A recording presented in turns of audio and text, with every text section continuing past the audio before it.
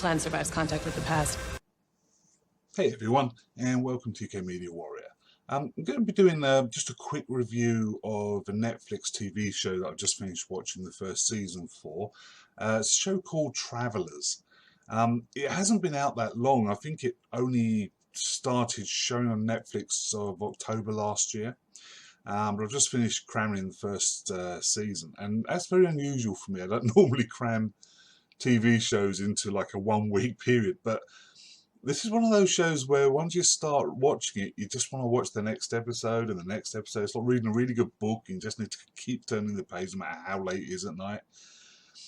So this is a pretty good show, obviously, as I'm assuming you've just picked up from. It's the time travel trope that has been used many times before on TV. However, this, for some reason, is slightly more engrossing to me, slightly more intriguing, slightly more interesting. It lends a little bit towards an earlier time travel show called Continuum. I think Continuum managed to get to 3 seasons, if I'm remembering correctly. That was a few years back. It's sort of similar. It sort of has the same vibe, but it's just enough different that it gives a whole new twist on the whole time travel idea and cliche. One of the big pluses for this is its cast, which is led by Eric McCormick. Now, Eric McCormick, that you might remember from Will and Grace, or for me personally, I remember him from a TV show a few years back called Perception, where he played this neuroscientist professor who had schizophrenia, but helped out the FBI on cases. It's an incredibly good show, and it was cancelled, I feel, long before it really should have been. But Eric McCormick, I've always liked as an actor. He's one of those actors who comes over as warm, he's friendly, no matter what he's in, even when he's trying to play a bad guy. I don't think that happened often, but even when he's trying to play a bad guy, he can't help watching the guy. He's that good. In this, he plays the lead of this team of time travelers who have come back in time to try and save the world from a dystopian future or an apocalyptic future. You never see the future. We're just told it's really, really, really bad. And his team is one of many teams. Supposedly there are thousands of travelers all over the world, all working towards the goal of saving the future, which is fine and actually makes for quite an interesting idea that it's not just this one small group.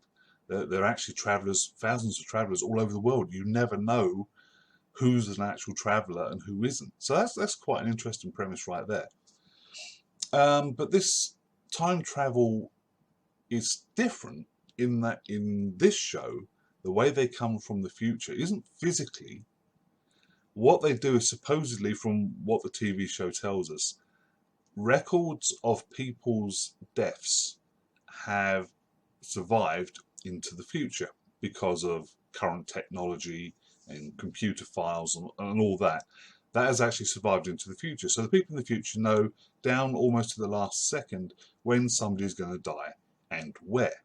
So it could be from a road traffic accident, it could be from a heart attack, it could be from being in a fight, it could be a gunshot, anything like that, but they know. And they have this equipment that allows them to send back one of their people's consciousness into the body of the person who's just about to die, about 5 or 6 seconds before the death happens, and then takes over that person's body. So the person dies, as historically they would have done, but now their body continues to live with this new consciousness inside it past the time of their death. Now that does open up the realm of, well, doesn't that make changes in time? Because if that person was supposed to die, then they wouldn't be around to interact with other people, and so isn't that affecting the timeline?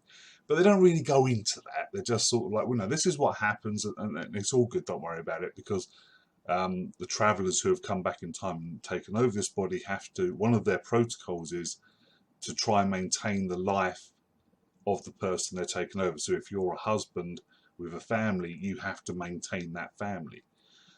Equally, in this one, the small team consists of Eric McCormack, as I say, who plays an FBI agent who's married. He has to maintain the marriage and maintain his job with the FBI. One of his team is a tactician who comes back into the body of the young black single mother, whose ex is an abusive police officer. So she now has to look after a baby son and fight the police officer for custody of the kid. And go out on missions, obviously, because they have to go out on missions. Another one is the medic of the team is sent back into this mentally challenged young lady. Historically, they I won't spoil it, but you'll find out why they did that, because it doesn't really make much sense that they would send somebody back into the body of a mentally challenged person. But you find out why they did that later on down the line. But she has to then somehow try and convince her social worker, why she's all of a sudden she's fine. She's lost all the stuttering. She can read perfectly fine. She can talk perfectly fine. She's a normal person now. And just to try and convince everyone why that is. Another one of their team gets sent back into a heroin junkie. Again, you'll find out why, because that doesn't make much sense straight off the bat, but you'll find out why that happened later on down the line. He's the historian. So he knows, he's remembered all of the history. He knows how things are supposed to play out. So he's the one who finances the team, buys the equipment, gets the base, and he does that because he knows which horses are going to win in races, what football teams are going to win in matches. So he puts down bets, bigger and bigger and bigger bets, because he knows the outcome. So he gets lots of money to finance things, which makes perfect logical sense, so that's fine. And the engineer of the team comes back into this body of, I think he's 17 or 18-year-old school kid who's like a quarterback for the high school. He's very popular. He's like a typical jock. But he's doing this out of hours sort of like fight club thing, like a UFC sort of thing. And he supposedly dies because he gets into a match and the person who he's fighting beats him to a pulp, and he dies in the ring. But obviously this transfer happens and his consciousness dies. The new consciousness takes over this engineer, and he stops the match before the killing blow lands, and then he has to go back to his life as now a 17-year-old jock with a girlfriend, with school, with mum and dad. It's like, so it's intriguing watching them balance their lives with the missions that they have to go out on.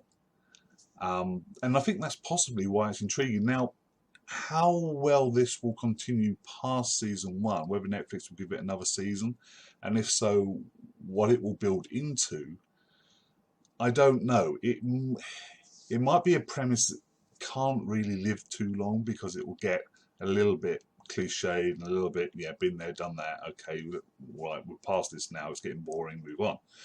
But for the first season, in and of itself, it's intriguing, it's interesting, it's fantastically well acted, and it's another hit for Netflix. They've had a few. I mean, obviously they've had the Marvel TV shows, Daredevil, Jessica Jones, Luke Cage, all very successful, with Iron Fist coming out soon. But Netflix aren't short, it seems, of creative writers, be it films or TV shows.